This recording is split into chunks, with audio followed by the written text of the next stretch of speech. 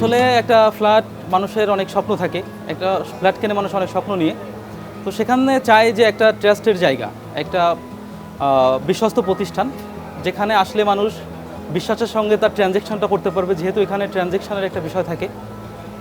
তো যার কারণে এই নতুন মার্কেট প্লেসটা আমরা তৈরি করেছি ক্লায়েন্টকে তাদের ফ্ল্যাট নিশ্চিন্তে বিক্রির জন্য, এবং যিনি বিক্রি করতেছেন তাকে তার টাকা যেন সে নিশ্চিন্তে বুঝে পায়, তার বুঝে পাওয়ার জন্য। এর জন্য আমাদের লিগাল থেকে শুরু করে লজিস্টিক, সেল পারমিশন, রেজিস্ট্রেশন যা সাপোর্ট লাগে সব কিছু আমরা ক্লায়েন্টকে দিয়ে থাকি।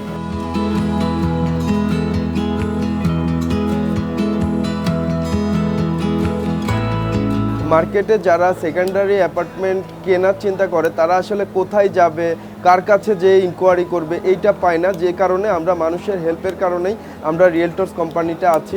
এবং সবথেকে আরেকটা বড় কথা বলি, আমাদের একটা ডেভেলপার্স কোম্পানি, আমাদের অনেক ল্যান্ড ওনার থাকে, ল্যান্ড ওনারের অনেকটা পোর্শন পায়, দেখা যাচ্ছে 5টা পোর্শন পেয়েছে, কিন্তু সে ইউজ করবে একটা, বাকি 4টা সে কোথায় বিক্রি করবে, কিভাবে বিক্রি করবে এটা সে খুঁজে পায় না। এই জন্য আমাদের ল্যান্ড ওনারদের থেকেও আমরা অনেকটা ইন্সপিরেশন পেয়েই আমরা এই ডিপার্টমেন্টটা খুলেছি।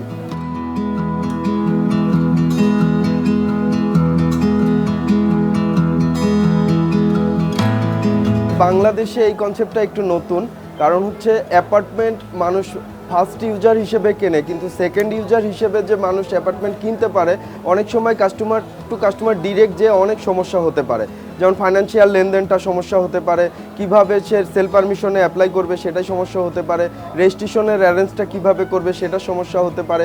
এই সমস্ত অ্যারেঞ্জগুলো আমরা যখন একটা প্লেসে একটা মার্কেটে করে দিচ্ছি তখন বাকি কাস্টমাররা সবাই অনেক হ্যাপি হচ্ছে, কারণ একটা নির্দিষ্ট মার্কেটে থেকে সে অ্যাপার্টমেন্ট পাচ্ছে, রেজিস্ট্রেশন পাচ্ছে, সেল পারমিশনের সমস্ত ডকুমেন্ট পাচ্ছে। যদি তার ব্যাংক লোনের প্রয়োজন হয় আমরা সেটা ব্যাংক লোনের অ্যারেঞ্জও করে দিচ্ছি, কারণ আমাদের কোম্পানির বিভিন্ন ব্যাংকের সাথে এমইও করা আছে তারা, এবং আমাদের কাছ থেকে ব্যাংক লোনের ফ্যাসিলিটি নিলে তারা কিছুটা ইন্টারেস্ট কমও পায়।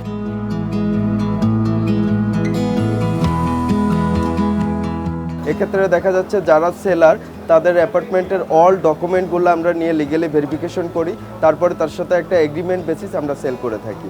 এক্ষেত্রে দেখা যাচ্ছে একজন ভদ্রলোককে রেডি অ্যাপার্টমেন্ট দরকার, কিন্তু মার্কেটে সে কোথা থেকে রেডি অ্যাপার্টমেন্ট পাবে, কোথা থেকে ব্যাংক সলভেন্সি পাবে, এগুলো সব কিছু আমরা অ্যারেঞ্জ করে দিয়ে থাকি।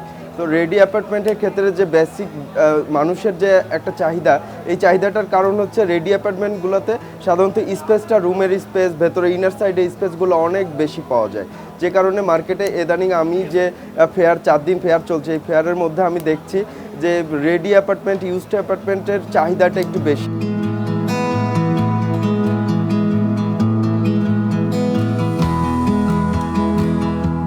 এগ্রিমেন্টে সাধারণত থাকে আমরা যারা সেলার তার অ্যাপার্টমেন্টে আমরা একটা টাইম বেসিস নিয়ে থাকি, দেখা যাচ্ছে 3 থেকে 6 মাস হয়ে থাকে। এই 6 মাসের মধ্যে তার অ্যাপার্টমেন্টটা বিক্রি করার জন্য আমাদের যেসব প্রমোশনাল অ্যাক্টিভিটিস, যেমন digital marketing campaign, LinkedIn campaign, তারপরে ফেসবুক ক্যাম্পেইনিং বুস্টিং করে থাকি। তারপরে আমাদের হটলাইন সিস্টেম আছে, আমাদের নিজস্ব কাস্টমারের ডাটাবেস আছে, তাদের থেকে রেফারেন্স আছে। এই রেফারেন্স থেকে আমরা তাদের অ্যাপার্টমেন্টটা খুব সহজেই দ্রুত সেল করার চেষ্টা করে থাকি। এবং আমাদের প্রিভিয়াস এক্সপিরিয়েন্স থেকে বলি, আমাদের যেসব কাস্টমারদের অ্যাপার্টমেন্টটা আমরা সেল করেছি, রিয়েলটর্সের প্রতি তারা খুবই স্যাটিসফাইড, কারণ আমরা তাদের অন টাইম টাকা হ্যান্ড ওভার করতে পেরেছি। যারা আমাদের কাছ থেকে কিনেছে তাদেরকে আমরা অন টাইম রেজিস্ট্রেশন দিতে পেরেছি।